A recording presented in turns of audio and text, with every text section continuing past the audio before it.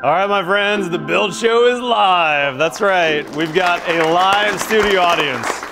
I've got 4,000 builders in the audience today. We're in Bethesda, Maryland. Just kidding. It's 100 people. And we're doing something we've never done before. That's a live event with me and 3 really smart builders up here on stage who are going to be sharing all of our mistakes, all the things that we've done over the years, not all of them, as many as we can fit into this hour presentation, that we've messed up and that we can look back on and go, hey, there's really a really good building science explanation for why that failed.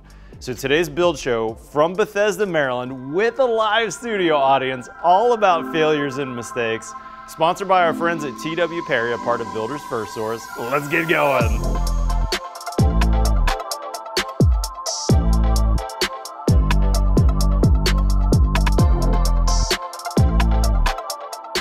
All right, guys, I appreciate you joining us. We've got a studio audience here in Bethesda, Maryland, but also some of you guys are watching this from your computers at home, or maybe you're watching this later. We got a really fun event, and I've got 3 really smart builders up on stage with me. And you'll notice that all 4 of us have a little bit of gray hair. And some of that gray hair is because we've done a lot of dumb things and made a lot of mistakes over the years. And on the Build Show today, we're gonna jump into some of those mistakes. We couldn't possibly fit them all in, but each of us have at least a story or 2 to tell. And hopefully, if you're watching this, you're gonna gain some wisdom from some older builders that we're hoping to pass on so that you won't make those same mistakes. With that being said, let me introduce who we've got on stage. First off, George Fritz. George, will you tell us a little bit about your company? Company is Horizon Builders. We've been in business for about for 40 years. Actually, this is our 40th year. And we primarily build in the DC metro area, and but then again we've built in Florida, New York, up and down the East Coast. And George, you're mainly doing projects with architects, right? Where they're kind of architectural driven projects. Yeah, about 99%. So we've got some good stories and a lot in common for sure. Ethan, why don't you go next, brother? Great, thank you. I'm Ethan Landis with Landis Architects Builders here in Washington, D.C. We also work in the metro D.C. area. And a little different than George and Matt, we have a design build model. My brother Chris is an architect, and we've developed a pretty deep architectural bench within our company. So the vast majority of our projects are designed in-house, where we have a collaboration on the architectural side from the very beginning of a project. So just a different process, sometimes a different outcome, but we've made our share of mistakes too. Oh yeah, for sure, Ethan. All right, Doug, you're up next, buddy. I work for BOWA. We've been around for 30 years. We are a design build company. We focus on large scale renovations, and we do a few custom homes every year too. Like Ethan, we still manage to make mistakes even doing stuff in-house. So with the 3 of you, we've got 100 years of company experience right here in those 3 seats. And then I've been in business 15, 16 years, plus I built for other people for 10 years. So we're talking about over a century of building and a lot of mistakes that we've seen over the years. But before I get into those mistakes in particular, I want to mention kind of the definition of building science. And we're going to get into a little bit today how you guys kind of started learning and digging into this as we share our stories. But first off, I do want to mention for my Bethesda crowd here, I'm a local boy. I actually started my building career here in Manassas, Virginia. This is a house that I built in around 1997. I worked for one of the big national production builders. And after I moved from DC, I got married here and lived here for 7 years. I moved to Portland, Oregon. And Portland is a very different climate than I ever lived, a very rainy climate, marine climate. And when I moved there, I started working for a semi-custom builder, a builder that built about 100 houses a year or so, usually from a floor plan that was provided to the clients, and people could customize. But this is a locally owned Portland company, not a big national builder. And the week that I started with that builder, we got, I can't remember if it was two or three lawsuits basically handed us in the very first week that I worked there. And I was the kind of head superintendent was my job. And so my boss, who was the VP of construction, said, hey, Matt, I need you to handle these. And I was 30 years old at the time. You know, I'd been in construction 7 or 8 years, was like, okay, boss, you know, whatever you need me to do. So I'm on like, you know, day 5 of the job, and I show up to this house. This house my company had built about a year prior.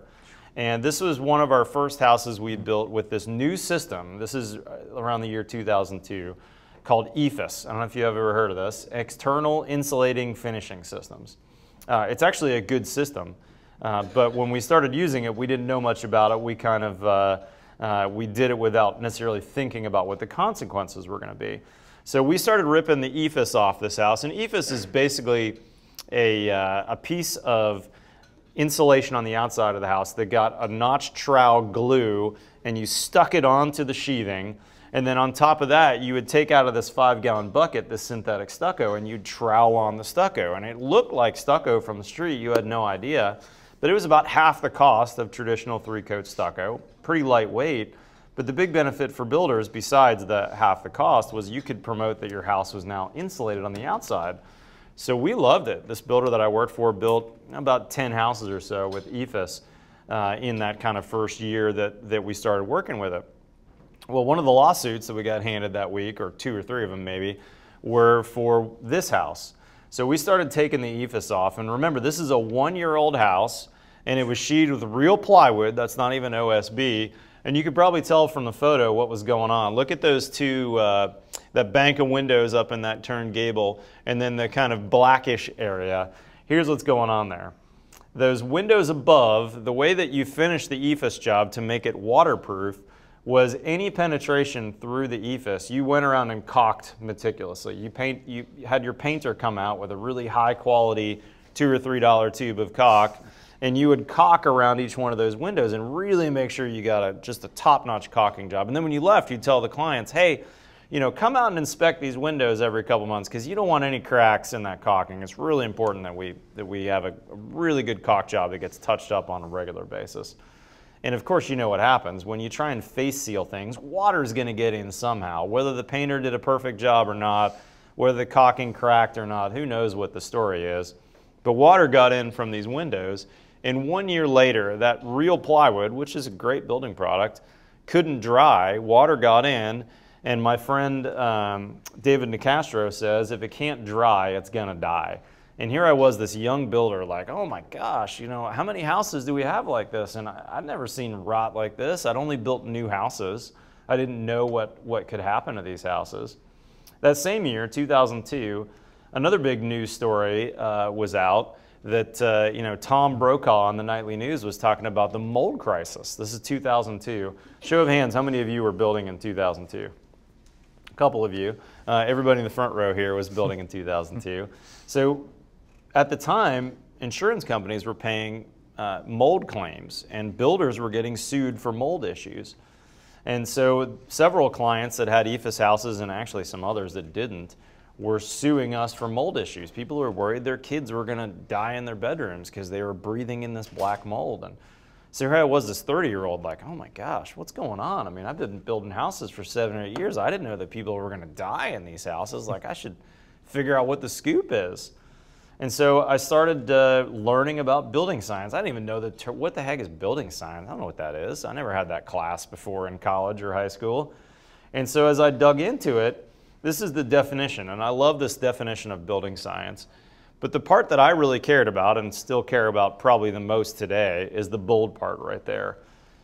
To understand and prevent building failures. That's the part that is really where the rubber meets the road. You know, if you look at the 4 of us up on stage, we've started companies, we're owners or partners in companies, which means that if the company gets sued or if we lose money, that hurts us in our pocketbook. I was no longer, you know, when I switched to building my own houses, I no longer got a regular paycheck from corporate. It's a big deal for me as a custom builder, as a business owner, to have failures or problems on my houses, because that means I'm very likely not going to get paid this month if I'm spending that money to remodel or to fix someone's house. So this is all 2002 when I started learning about building science and like, hey, why are all these failures happening? Fast forward a couple years, 2005, I moved to Austin, Texas, and I knew that I was in a very different climate when I carved my pumpkin with my Texas wife early October. And my wife was like, no, you can't carve your pumpkin in early October. You got to carve it like the day before Halloween. I was like, no, come on, let's carve pumpkins. It's October 1st. Well, this is what happens in Texas after about 2 days of having your pumpkin sit out when it's, you know, 80 degrees outside and 80% humidity. I mean, it's ridiculous. And so here I was, now at this point I'd started my own company. I thought I kind of knew building science because I dealt with these lawsuits and EFS. And here I'm a new builder in a new climate. And I was thinking, oh shoot, I better go back to the drawing board and figure out everything I can about vapor barriers and humidity and how do I build differently in Austin, Texas than I might have when I lived in DC or when I lived in Portland. And we're going to talk a lot about this. This is one of my favorite quotes. And with this being said, I'm going to pass over the mic to this handsome gentleman with a few gray hairs. And George has a few of these stories of his own and also has spent a fair amount of time with this guy that the quote was from. George, let me pull up your slideshow. Okay, you notice I don't have an intro sheet because I'm not going to own any of this. But this is a house built in 2008, 9, 10, right around in there. We got a call maybe 10 years later, 8 I think, and then call 8, 10, 12 years later and said, hey, I've got some water leaking in the room below that deck right there. So full room below that, and there's a door to the out to this outdoor patio with pavers. That window unit there, this is what it looks like after it was repaired, and it looked like right when we finished it. And I'll show you what the problems were. That's as we we checked below. It was leaking. I don't have any photographs on the inside, but it was leaking pretty profusely. And there's 2-pound foam, closed cell foam, and the whole assembly, and I'll show you that. And we found a fair amount of rot, and start taking it up. We found a piece of plywood that you can see right there was exposed, and that should not have been. There's a shot underneath where the roof meets the vertical wall underneath that windowsill. Hard to see from this photograph, but that windowsill, you can see the black goopy there. Should have turned under the windowsill. And what happened is the windows got prepared, the rough openings got prepared. It had a liquid applied material on that sill, pretty robust, and it got cut out because the window was taller than the opening. And then the guys did not put the waterproofing back in. Also, look at the far back of the photograph too. The second major issue that I kind of discovered as we were doing the photo. Gary would bring me the photographs, but you'll see that that's a interstitial space there that has sloped framing members, and then plywood over top of that. This framing deck rail here has a torch apply, I believe, in the beginning, and then a peel and stick, and then on the top of that space was torch apply. So let me just clarify a term. You said interstitial space. In other words, a section that had, let's say, a flat deck, and then you framed on top of that flat deck with some sleepers and some plywood to get the slope going. But that's an area that didn't have insulation, was unconditioned and unvented, right? That's right. Okay. Unvented, and moisture is always a problem in that type of space. So we cut some holes.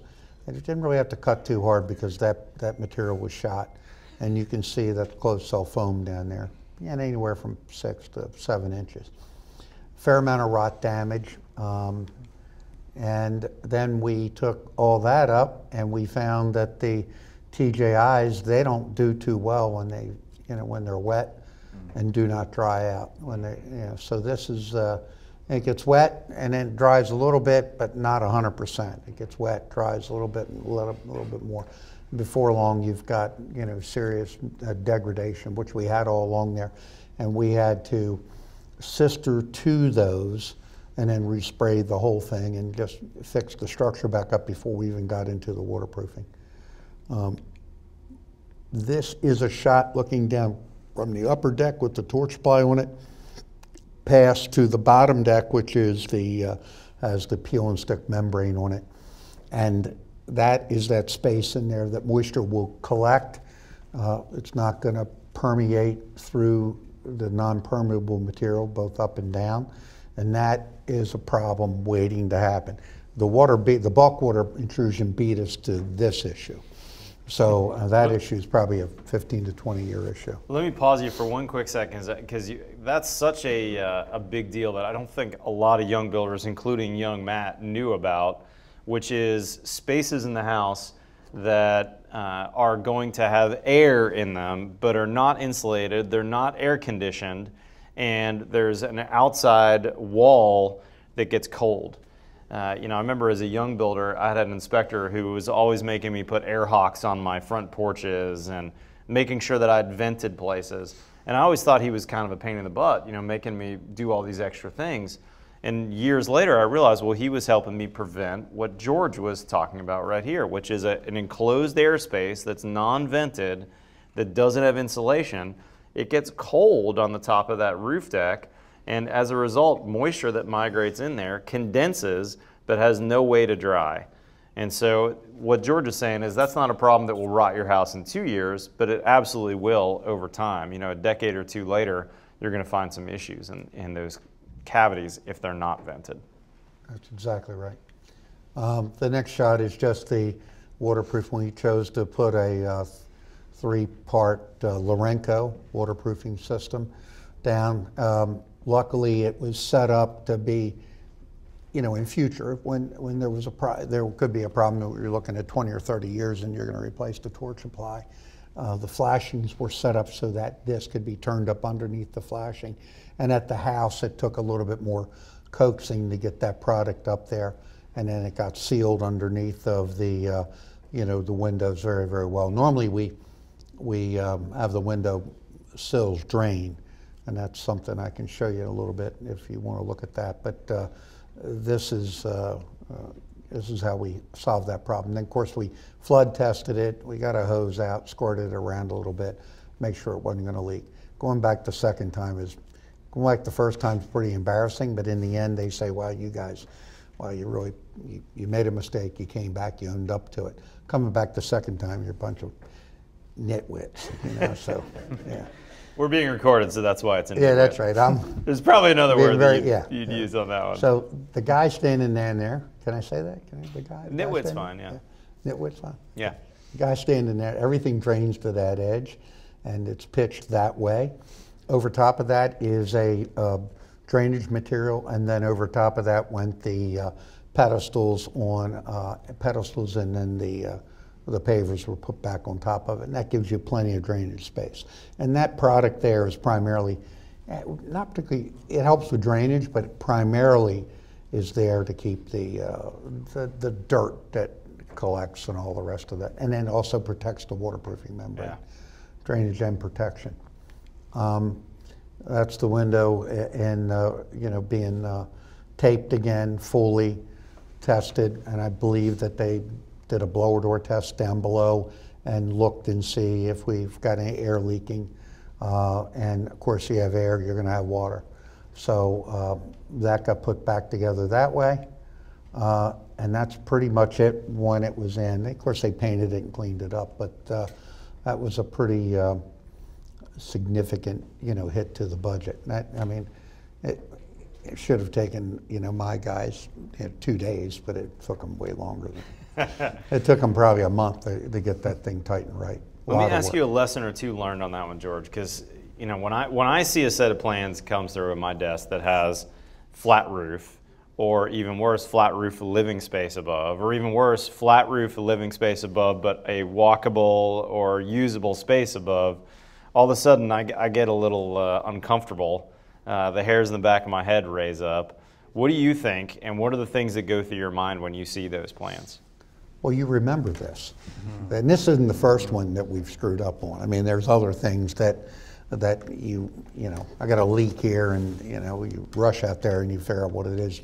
You've got to constantly learn from the mistakes. Mm-hmm. Great thing about this kind of program that you're putting on here is that I can tell you guys what I screwed up there, but the people that listen need to say, hey, this is really, you know, a real deal. I have no idea. That cost probably was to fix that is probably $75,000, maybe 80, but that was not something that you want to take right off the bottom line. So, yeah. But then again, you know, our marketing is you know, to our clients, and everybody would know who these people are. And you cannot, you can't, I don't care if it's 10, 15 years later, you cannot not go back and make the repair. Yeah. You have to take care of it. Part of our marketing. That's right. George, I want you to spend a little time on the fluid applied flashings that you moved to, but I actually want to come back to that in just a minute. Let's keep going with these guys, and then I'm going to come back to these slides on fluid applied, Sure. if that's all right. So hang on one second, Ethan. Let me pop your slides up. All right, Ethan, take it away, my friend. Well, and this is a very good transition from what George has just shared with us, because we had a project about 10 years ago, that new home, Northwest DC, that we designed and built for a client who was very into energy efficiency, indoor comfort, and so we chose to use spray foam open cell in the roof structure and the walls. And as we were building the house, this is the wrong I put the wrong one. slide on. I just realized. I'm sorry. Okay. Build show live mistakes, people. Yes. Hang on one sec. Well, as he's getting to the right slide, I'll just prep you a little more of it. So it was a new single-family home, and we had a structure in the roof where it ended up being a cavity in the roof that was not very big, but big enough that moisture could collect in there. And as it was getting framed, the project managers, people on the job, decided that they were going to sheathe the roof and then put ice and water shield over the whole thing, rather than just eaves and edges. Which you would think is a great upgrade, right? Ice Right. and water shield's better than just felt. Right. So your guys were thinking, oh, this is great. You know, Yeah. we're doing the right thing, boss. Right. And so, and you can see in the cavity up there was airspace. And after we drywalled everything, and actually the owner ended up selling the house 3 or 4 years later, and the new owner ended up wanting to do some renovation, but was looking at some buckling in the sheathing outside in a couple areas, and said, hey, you know what's going on? So he hired an inspector, and they figured out what was going on. They pulled up this section of plywood in order to see the ice and water shield, and then it's hard to see here, but the nails were getting a little rusty, and there was signs of moisture. It hadn't really failed yet, but it was not going in a good direction. So we worked with the homeowner and negotiated and so forth. They were going to do some renovation, and cut some more holes, inspected things. We came up with a solution, but he really didn't want us to fix it, and so we ended up settling for $16,000 and just said, okay, that's probably the best solution. He was going to do an addition anyway, and so forth. So that was a big lesson learned. We in our company now make sure that every project where we're going to put in spray foam, whenever we have any conditioned space, that we make sure it's ventilated, that it's conditioned by HVAC system. So heating, cooling, it pulls the moisture out of it. So any area where moisture can build up, it will cause problems for you. So you have to make sure the HVAC people are bringing in enough CFMs in there to dry it out, keep it the right temperature. And before you move on, let's talk through a little bit about why that failed and how bad that failure is. So first off, you mentioned you had about 8 inches or so of open cell foam, Right. which gets you R40 something to meet code for your climate zone, right? Yes. Uh-oh, not sure what happened to No, our... I pushed the wrong button. I wanted to go back to the Oh, you installation did? picture. I got you, brother. If you want. Hang on. It's probably um, a good 10 inches of open cell. So we have open cell foam in the roof line here. And open cell foam, because it's open, it's like a kitchen, I kind of liken it to a kitchen sponge. You know, if your kitchen sponge is wet and you put it on your counter overnight, most nights it'll dry or be mostly dry overnight. But if you take that same sponge and you put it in a Ziploc bag and then put it on the counter, how long does it take to dry? Well, it'll never dry, right? Because it's sealed in a plastic bag. So he's got open cell foam, which has some ability for moisture to move through it. And then on his roof deck, he used peel and stick. And peel and stick, what's the perm rating of peel and stick? Not very much. How much drying occurs through peel and stick? Almost none. It's in effect a Ziploc bag. So he's got the Ziploc bag on top of his roof. He's got this open cell foam, and humidity in our house tends to gather in the attic. And there's a great article by Joe Stewart called Ping Pong Water, where he actually has done some testing and realized over time that moisture actually accumulates mostly in the roof at the highest, at the ridge, at the highest point of the roof. And if that moisture can't escape out of this vapor impermeable barrier, which ice and water shield is, then as it accumulates in the sheathing on a cold day, right, it's humid in the house, it's cold outside, the moisture migrates through that open cell foam, it condenses on the backside of that sheathing, that roof sheathing, but it can't dry to the inside. That's when that rot occurs. And so one thing we can do, I did a video on this, is we can do a vapor permeable ridge cap on the outside. So if you're going to use peel and stick, check out Joe Stiebrick's article called Ping Pong Water, which kind of talks about the science behind why you want a vapor open underlayment at your ridge in nearly every climate zone. And that would have, in theory, prevented that issue. The other thing that Ethan, I think, kind of went through quickly, but I want to make sure you guys heard it, was that there was no ducts in that attic. That space was insulated but non-ventilated.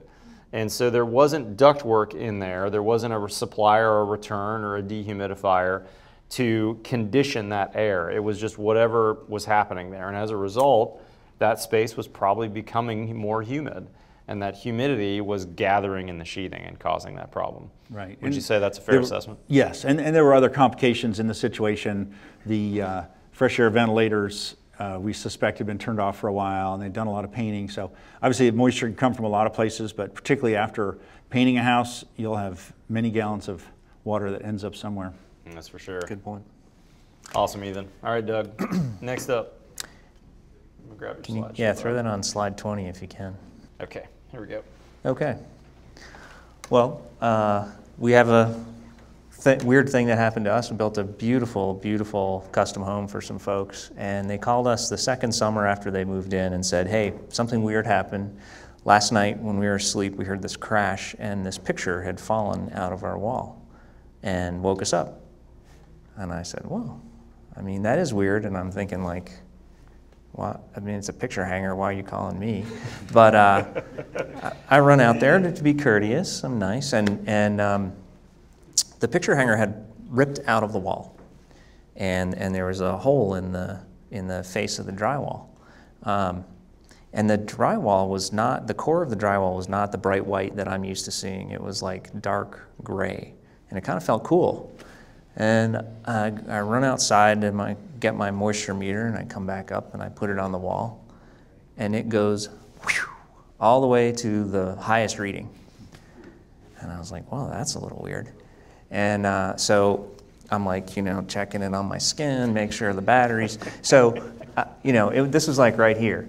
And then, you know, so I start checking below. It's wet all the way down to the baseboard. I start checking above. It's wet all the way as high as I can reach. I get a ladder. It's wet from here to there, to there, to there. This entire wall, soaking wet as my meter can read. And the next room, nothing. The wall next to it in the same room, it's totally fine. So I've got two exterior walls in this room. One soaking wet, one nothing.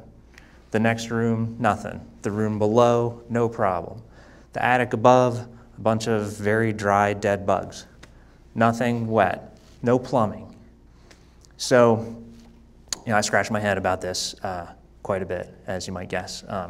So I guess basically, let me just orient us here. This is the exterior. So this wall is soaking wet on the inside, and nothing else on that elevation or the adjacent elevation is showing any signs of moisture. So this, I had no idea what was going on, really scratching my head. I asked a guy I know to kind of a guy I'd worked with as an expert. He's an expert witness, and we did a rescue project where we fixed another contractor's problems, and he was the guy who wrote up all the problems. So he's really smart, he's experienced. I bring him in, we walk around the house, I show him this, he gets his moisture meter, same thing. He's kind of looking puzzled, and I was like, well, let's go talk about this outside. And as we're walking out the door, the homeowner comes over and grabs him and says, hey, what do you think? And he says, well, I don't really know, but you know, I wouldn't worry about it. People are really freaked out about mold, but it's just because of all the lawsuits and the $1 million awards. It's not really a big deal. I wouldn't worry about it. Oh, no. Right? I really wish I had video. I mean, I'm not sure if that's his exact words. And he's a great guy, and the homeowner's a great guy, and you could just watch the gears turning in the homeowner's head as he's saying these things. And I really wish I got a video. Like every expression I could make probably came out on my face, and I probably turned 3 different colors. Anyway. What year was this, Doug? This was 99. 99, okay. Yeah, so in the middle of the mold stuff. You know, a few weeks later, our fax machine starts humming. I actually happened to be in there, and this is obviously a while ago. And the 37-page thing. By the way, that would spit out paper with writing on it. If you're not familiar with the fax machine, I know we got some young builders in the audience. Exactly. You can look it up on the internet. Anyway. Yeah, and the first 3 pages was a letter with a lawyer's, thing on it, and it's, you did this, and your defective build did that, and the rest of it was like a consulting engineer's report, and a mold guy's report, and a this, and a what. Anyway, we ran out and talked to the homeowner and said, hey, look, this is not a direction that's going to be helpful for you because it's going to take 6 months for anyone to decide what to do. Why don't we start figuring this out with the team that you already hired? We'll pay them. We'll figure this all out. So, one of the things that the engineer said was the windows were not flashed properly. And I don't know, there's 2 interesting things about these windows. What do we think? What are you noticing here? Big brick mold. Big brick mold, okay, that's good. What else? What's wrong with these windows? No cap flashing, someone said that. All right, you get a gold star, nice job. All right, what else? No lintel. Oh, no, we hid it. Okay. We hid the lintel. Yeah, where's this in relation to where a window would normally be in a frame house with stone veneer? Close to the front. Forward. Yeah, sticking way out because the architect wanted it to look like an old stone house. So the windows are actually projected out about 4 inches. No head flashing, projected out. And we actually did not use like caulking around the perimeter of these, but so the consulting engineer, first thing we did was we got out there and tore out like 10 pieces of stone on 3 or 4 windows, and we started spraying it with a garden hose, and they did not leak because we were so worried about these crazy projected windows that we'd used like miles of roofing peel and stick all around them. They were absolutely not going to leak. So that actually turned out, this fax was wrong, which we felt so good about that. Consulting engineer. Anyway, so then the next thing we do is we're setting up in the middle of this gorgeous finished house, and the guys in the bunny suits are in here. And this is probably about when I bought one of those respirators, which I still have. Those are great. I mean, those are such good dust masks. And they're really handy to have during the last 2 years. Anyway, I don't know if you can tell this in this 1999 phone technology, but there's a bunch of stuff growing on the back of the drywall. We used to call it mold, but now we call it biological growth. Anyway, we had the old rusty. That's the best tip all day that you've given rusty us, fasteners. Yeah, hey, I'm not a mold expert. It might be archaea, which I didn't even know what that was until a couple years ago. This is good. Yeah, I'm writing this down. Bacteria, could be anything. So there's definitely a water problem, but and you can look you can see these little trim nails here. They're very rusty. This is holding up the crown, so I'm like taking a picture up inside. And there's some staining on the framing. I mean, what are we learning from the staining on the framing? It rained during construction. It rained during construction. See, you're the smart one. He said we're smart. All I know is our repair team has fixed like 30,000 problems in the last 20 years. That's what I know. I don't know if I'm smart. I've just made a lot of YouTube videos about dumb things I've done. There you go. All. And you can see there's white stuff growing on the back of the thing. We had white stuff and black stuff. It was pretty cool. But how about the OSB? How's that look? Good. It's fine. It's about the cleanest OSB you'll ever see on a job site. It was perfect. So how about this? Does that window look like it's leaking profusely? Yeah. All right, who's got a guess about what's going on?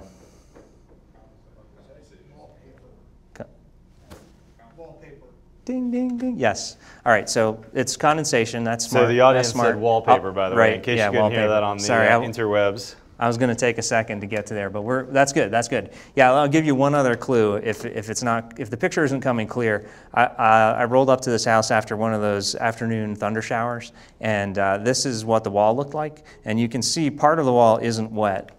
It's this part right here, like 3 inches here, and like 1.5 inches here. That's the part of the wall that isn't soaking wet.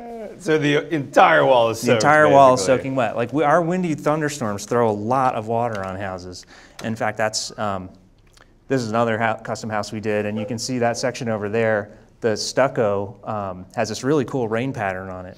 Right? And these houses have big overhangs. You know, nowadays a lot of houses have no overhangs, or regular houses like mine has like a 4-inch overhang. These are like fancy houses with a foot or 16 inches. And you can still see most of the wall gets soaking wet in a heavy storm. So, and you can't tell, but all that stone's soaked too. Oh, 100%. It's saturated. Yep. Yeah. So, so I got on the internet, and I don't know how Alta Vista or whoever directed me, but somebody got me to Joe Siebrecht's buildingscience.com website, which is so helpful. And you know, I think he only had 10 articles up at the time, but one of them was about vinyl wallpaper in the South. And he sort of explained it this way. This diagram's a little bit interesting, but I think a lot of weird problems, it's a little bit complicated, but a lot of weird problems fall into this. So if you'll indulge me, I'll just go through this real quick. So a lot of times we get wetting that happens all at once because it's usually rain, right? Or you know, something along those lines, an event that happens in usually a relatively short time frame. And then most of our building assemblies will dry slowly over time. You know, moisture has to go through the OSB and through the drywall and through all this stuff, or the other direction. It has to make it all the way out through the stone or whatever the heck you have on the roof. So the drying happens slowly, the wetting happens quickly, and the wetting will sort of fill up this water bucket inside your building assembly, and your building assembly has an ability to store a certain amount of water without failing. But if you fill up the bucket too fast or your drying is too slow, your building will tip over into failure. And I think that's what happened on this one gable end wall, is that side got more rain and it got more sun, and because of the direction it faced. And so we had, when the sun hits soaking wet stone the day or the afternoon after one of those thunderstorms, you know, that moisture gets really excited and it goes running all over the place. A bunch of it runs through the OSB and through the insulation and through gypsum board very quickly. But if you put something after that prevents it from drying to the inside, it will just accumulate there. And they had this vinyl wallpaper, very fancy English vinyl wallpaper on the inside of the wall. So the consulting engineers, just to finish out the story, I gotta throw someone else under the bus here, told us that this was how to fix this. Put the craft facing on the insulation on the faces of the studs and tape any joints in it. And then put the vinyl wallpaper back on. Does that make sense? That's gonna stop us? Yeah. That's why you'll ruin the OSB inside. Yeah. That might be your best case scenario, right? I mean, one good thing with craft paper is it's actually kind of perfect for our climate because we have bidirectional moisture flow. Wintertime is generally trying to get out of the house. Summertime is generally trying to get in. And craft paper will loosen up. It's not a very tight vapor barrier to begin with, vapor retarder. And the wetter it gets, the more vapor it allows through. So when you need drying, it will allow it. So we have unfaced or craft face is our spec when we use fiberglass. Anyway, we did this to humor them, and we made them sign a piece of paper that said, we're doing this, but you really should not put this wallpaper back up. And the clients found a matching wallpaper, close enough matching wallpaper that was not vinyl, and the house has performed ever since. That's amazing. Yeah, so. That's really cool. I feel like I should clap after that, Doug. That was, well, it's just what a story. And that, like everyone else would say, it's, you know, like your story. It's a good, when you run into something like that, you feel the pain. You know, like this was driving me crazy for months, and I didn't want the clients to go through that or us. Mm-hmm. It was very expensive, and then I realized I got a whole nother level I got to learn about, and here we are. So Doug, at the end of the day, was this really considered your mistake? Did you put up the wallpaper? I don't even remember, but we paid for the We paid for the whole shebang. We paid the lawyer, we paid the engineer, even though they were wrong. I'm not bitter. And we paid the mold consultant, who is just a rip-off artist, and so you know, we paid for the whole thing. Everyone's happy though. So good. Yeah. Everyone's happy except that you didn't get paid for 6 months. Well, I'm happy now because look what I learned. I Yeah. found Joe Seabrook's website, and then I met you guys. So here's a takeaway that is worth saying. What are some other vapor barriers besides vinyl wallpaper that we put on our walls in our houses? I'd throw this out to the audience, but you guys aren't mic, so I'm going to throw it out to my colleagues. You know, you probably know where I'm going with this. What are one or two other things that we put on our walls that could cause mold because they're stopping that drying from the wall cavity to the inside? Have you guys experienced any firsthand? You find it in bathrooms, especially with mirrors. But normally, you know, a lot of times you'll have that slight gap, you know, with the mirror mastic. Yep. So the more mirror mastic, the better off you are. If you're going to cover any wall with any type of, you know, stone product, that is large format stone product, you got to watch that. You got to watch any type of oil-based paints that would go over plaster. That's right. So those kind of things. Anything that is, you don't want a vapor barrier, and it even depends on a retarder, but you really don't want that on the inside of the construction here where we are, actually here and going north. Yeah. One of my builder buddies in Austin made the mirror on the outside wall mistake and remodeled a house that he had built originally and remodeled their bathroom a couple years ago, and called me and was like, "You never believe this, I took the mirror off and it was all black behind there." And he had done the research and knew, but was shocked that it actually happened. And what he's gone to do now, and I thought it was a genius idea, was whenever there's a mirror on the outside wall, he's putting some 1x2s on, have his finish carpenter nail those into the studs, and then mirror mastics to the 1x2. So every mirror on his outside walls has a 3/4 inch air gap, and there's able to airflow through there. And I haven't taken that apart before, but in theory that seems like it really works. And what I love about that is this is a builder who's using his building science knowledge and training and seeing the mistakes and going, oh, well, here's how to fix it. We can just make sure there's airflow, right?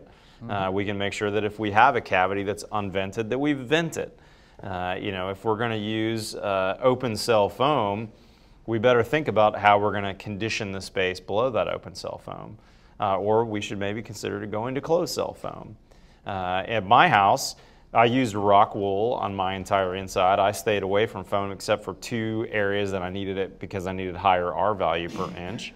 But I also have, in my climate, issues with moisture that comes into my houses through airflow, brings usually high humidity, and it's really easy to cause problems with that. So I did a really well air-sealed box on my personal house using Joe Seabrook's Perfect Wall concept, and I used Huber Zip's system sheathing with tape on all my seams, and I made sure that my walls landed right on my roof so that I could tape that joint between the roof and the wall, and then I built my overhang on top of that later.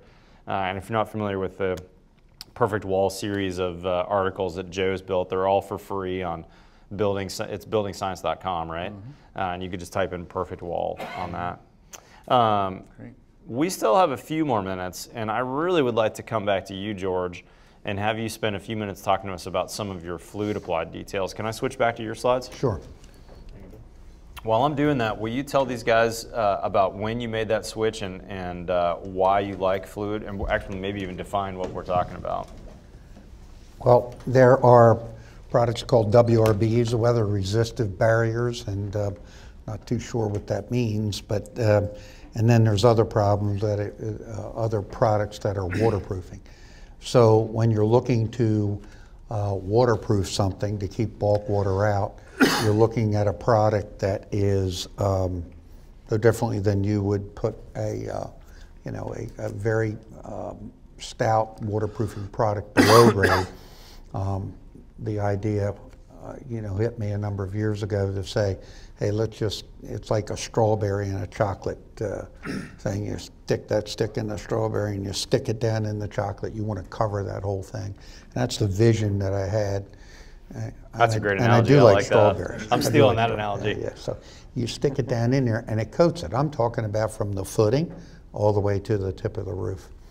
And so for me and for me and my company, I said, what is going to be the best? We tried a number of products. So you've tried, the peel and sticks, but when the guys are 15 or 30 feet in the air, bouncing off of pump jacks, and it's whipping up about 15 to 20 knots, it's real tough to get that release paper off and then get it stuck in the right place. Not to mention the fact that you've got to seal a windowsill with it, right, where it actually turns up and turns in, and multi-directional. And if you've ever seen the details in Tyvek is one of them. They give you all these details of how to cut it, how to cut a little strip and put it down in there. And that's like, holy smoly, I'm recovering from a hangover and I got to do that? It doesn't work. So, well, not you personally, but well, maybe. But, maybe. I mean, it just doesn't work. And at one of Stevert's classes early on, he brought a guy in and gave us an 8-hour presentation about process. And he showed, and using all this data from World War II into production, he showed that if the process isn't simple and repeatable and verifiable, that the guys aren't gonna stick with it, learn it, and stick with it, and all the rest of it. So that opened my eyes. So I looked at all kind of different products out there, and I said, bunch of them out there, and I said, what's going to be the best? So we stumbled across, Joe introduced me to the guys at Tremco, and I met them in the early 2000s, very early on. I think the liquid apply was first used in Boston in 99 to 2000, and we started using that in 2000, and not 230, wasn't around then, but start using that in the early 2000s. And in fact, the house had that on it. We just didn't do the roof right. Since then, we developed systems to put everything together in liquid applied. Origami doesn't work, for me, and Joe disagrees with me on a lot of these items when it comes to that. But I like the liquid applied. So I use Tremco Exaware. It's a commercial grade product. It goes on 70 mil thick. You can spray it or roll it. Vapor permeability is anywhere from 12 to 15 to 18. So it's perfect for our area. They make a vapor closed product, for further north, and they also make, this is an acrylic, so it'll work behind, walls that are open to sun for a long period of time. They make a 220 that goes on, and it's asphaltic base, but you need to cover it up within 4 to 6 months. This is our go-to product right here.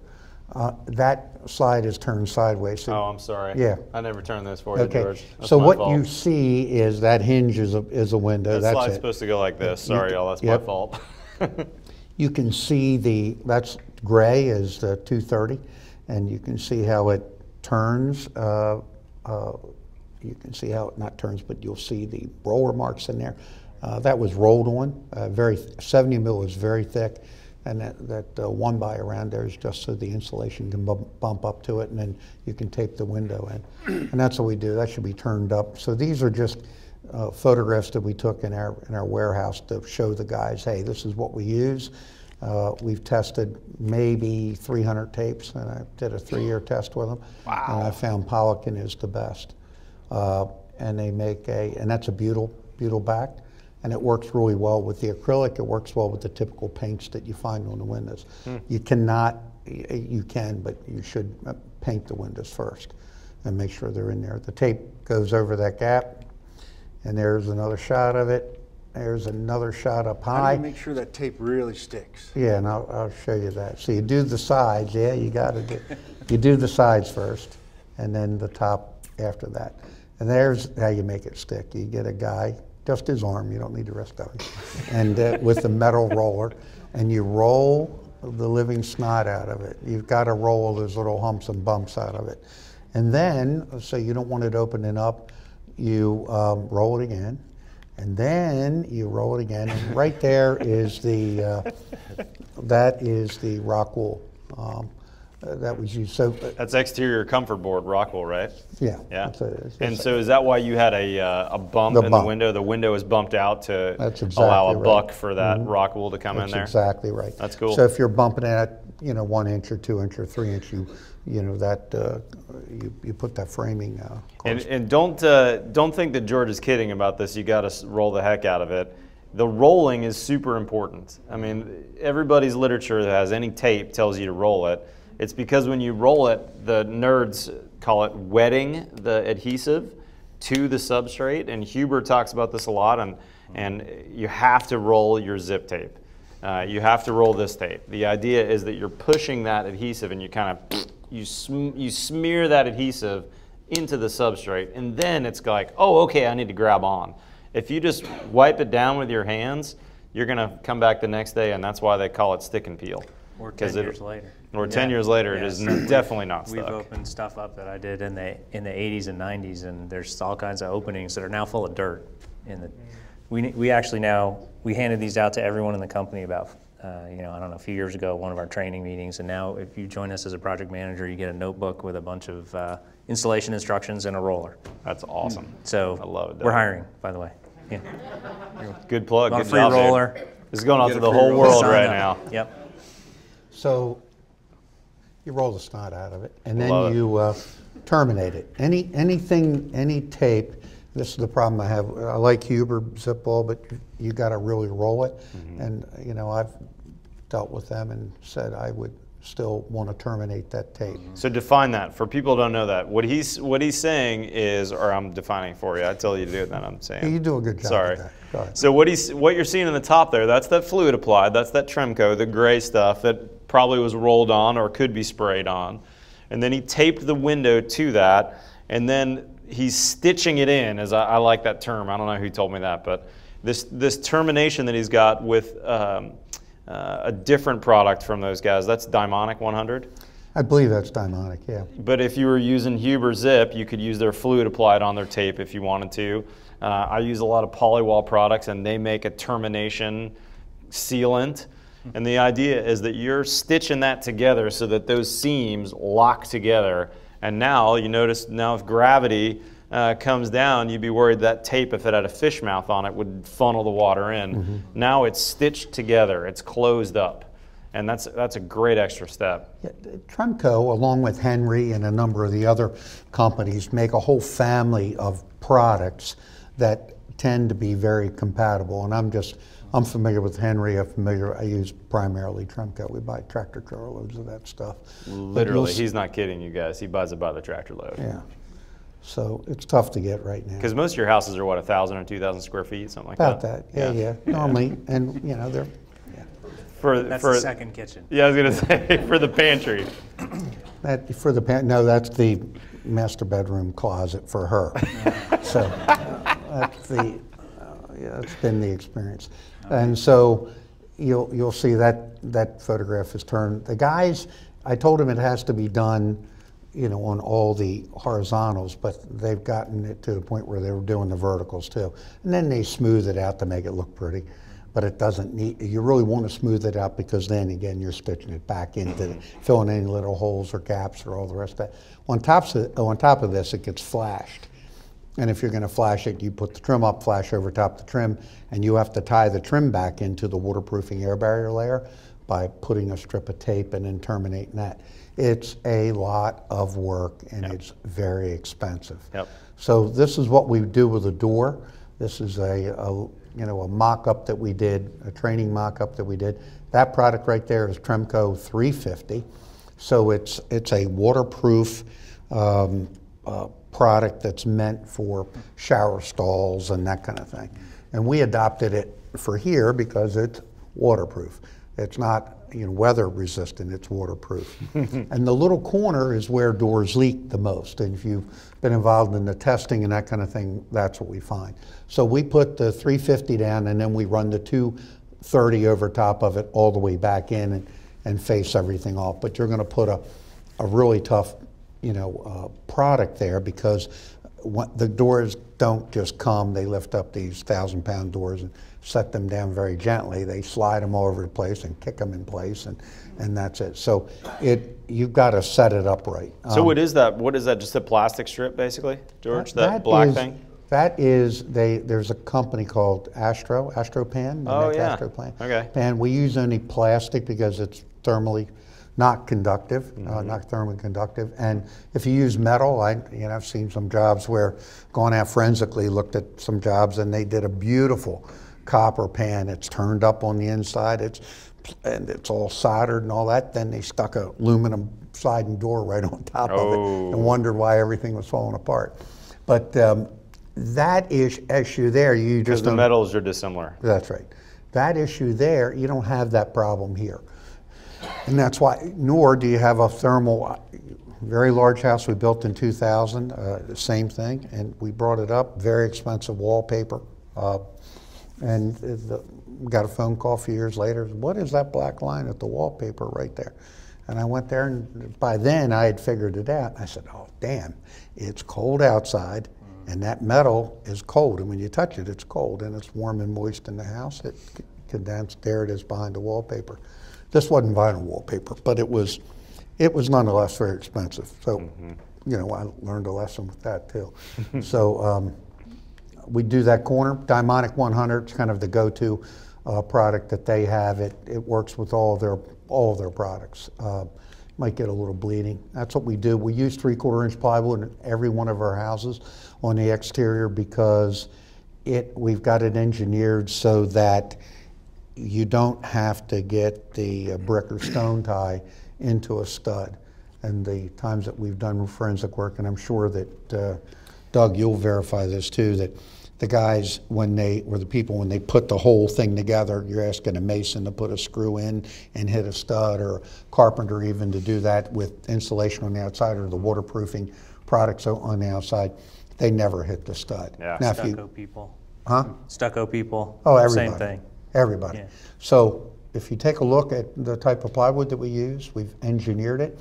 We have a whole nailing system for that. It's glued. And then that, we don't have to hit anything. And we just plop that down when we're dealing with the architect and the engineer and say, hey, this is our exterior sheathing thing. And let me pause you for 1 sec, because that's a really big revelation that I learned from you 10 or 15 years ago.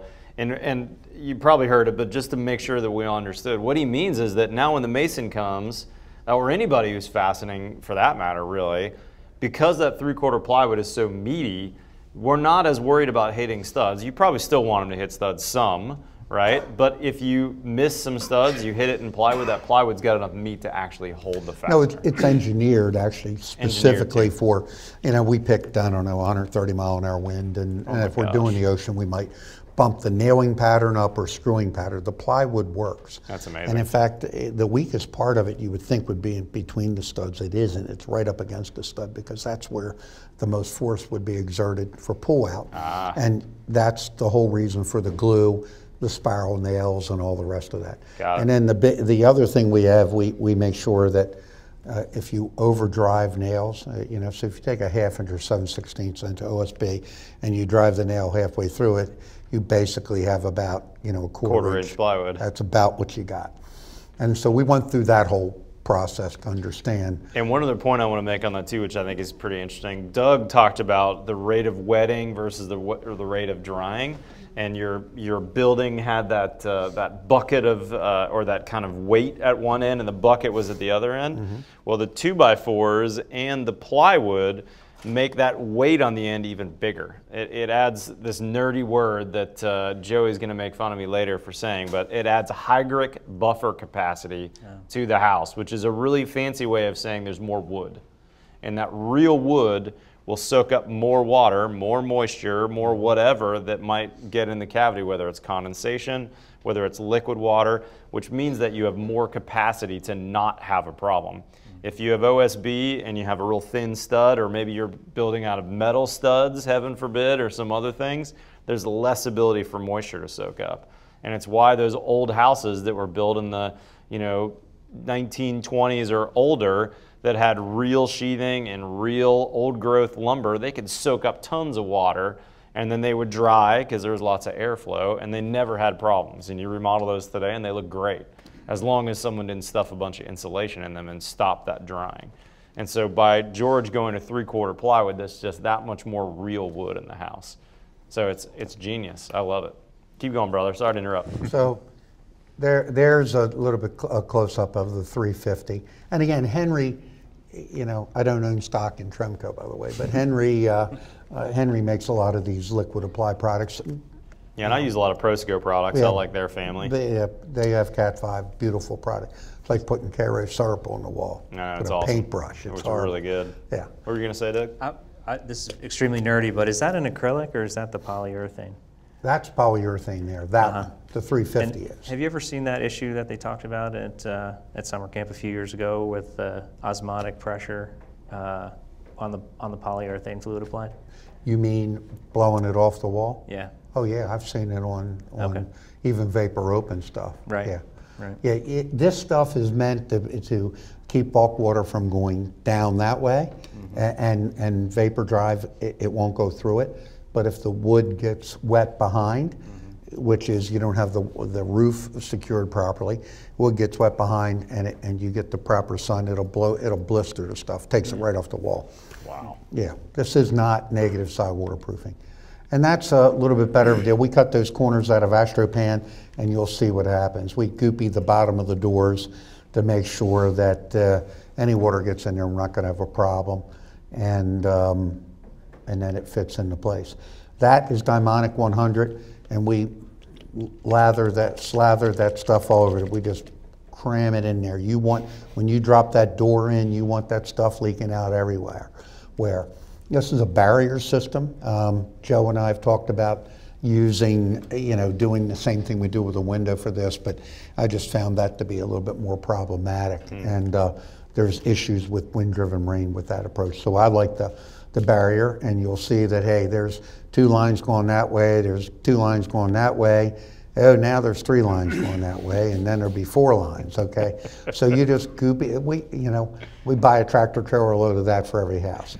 And once you set that in, you go to move that door 3 or 4 days later, you might as well kiss that whole sill goodbye. You just got to cut the sill out. You cutting the house apart to get it out of there.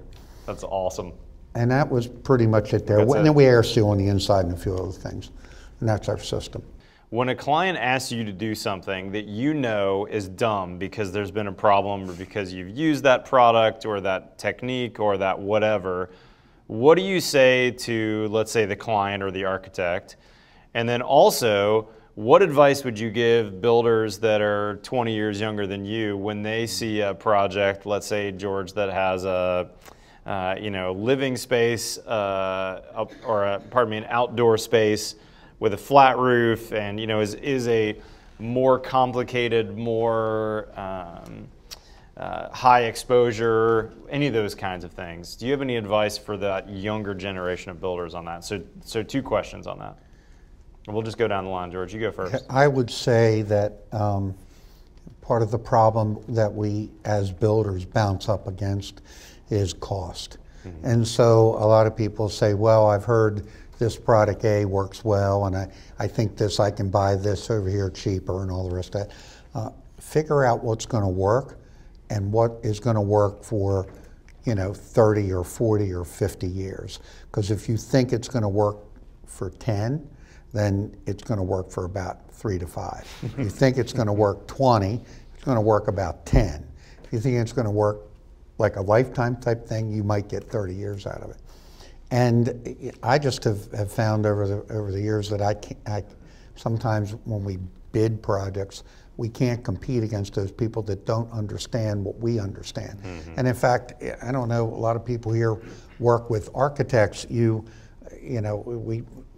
work with guys all over the country.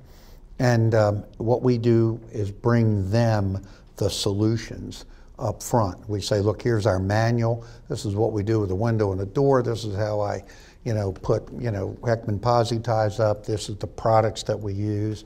And I have found that I've only run into one architect in the last maybe 20 years that had a very firm understanding of bulk water management and all the rest of that. And he and I we got along really well.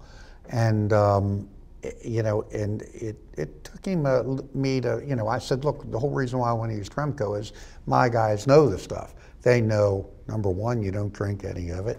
And number two, they know that the gray stuff is 230, and they know the stuff. They know the tape. They know the product. Yeah. When you get them outside of that comfort zone, you don't want to do that because that screws the process up that they've been going over and have been tested. That's and your listed. system that you got and down. There's a number of things I can say to an architect and say, look, I got a lot of gray hair. What I got left is gray, and I've been doing this, and I've screwed up plenty times, and I'm not going to screw that up because I did that in 1993 and screwed that up that way, so we're not going to do it this way. Yeah. And you make a joke out of it. I mean, I cannot go and say, I'm not, heck, this is where our business comes from. Like I said, 99% of what we got is that architect picks up the phone, hey, I got one for you guys, hey, come on down here and take a look and meet the client, and on and on.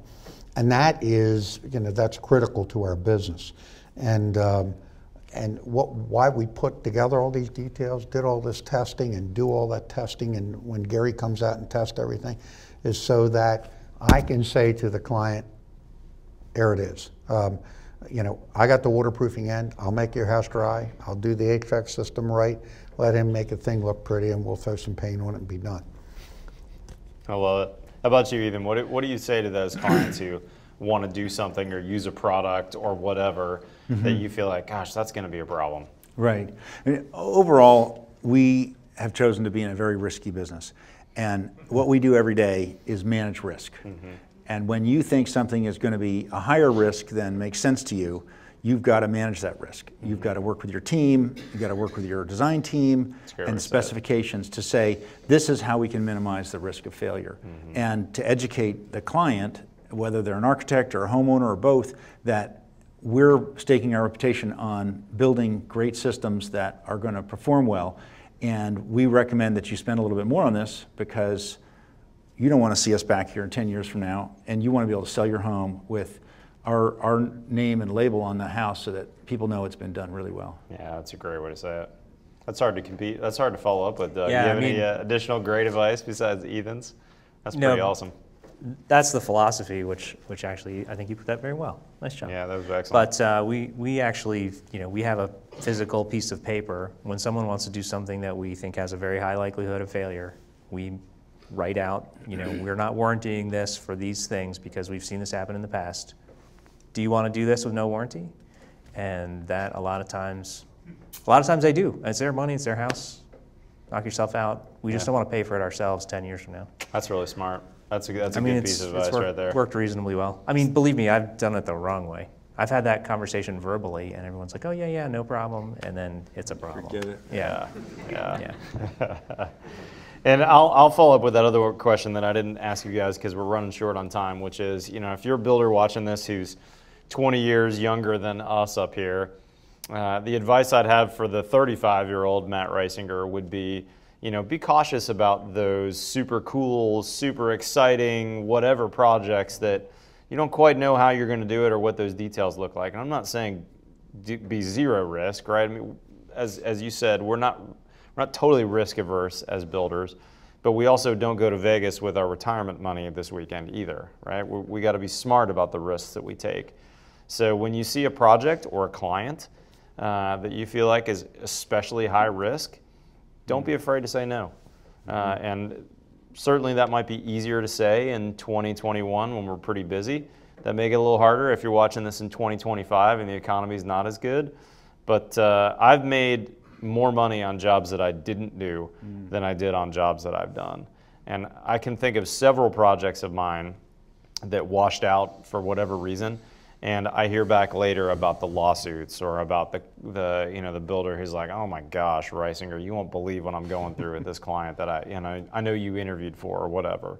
So if your spidey sense tells you that something's amiss or that, gosh, I'm really worried about how to do this without it being a problem, consider passing on that project. With that being said, gentlemen, thank you so much for being willing to share with us and give us your wisdom.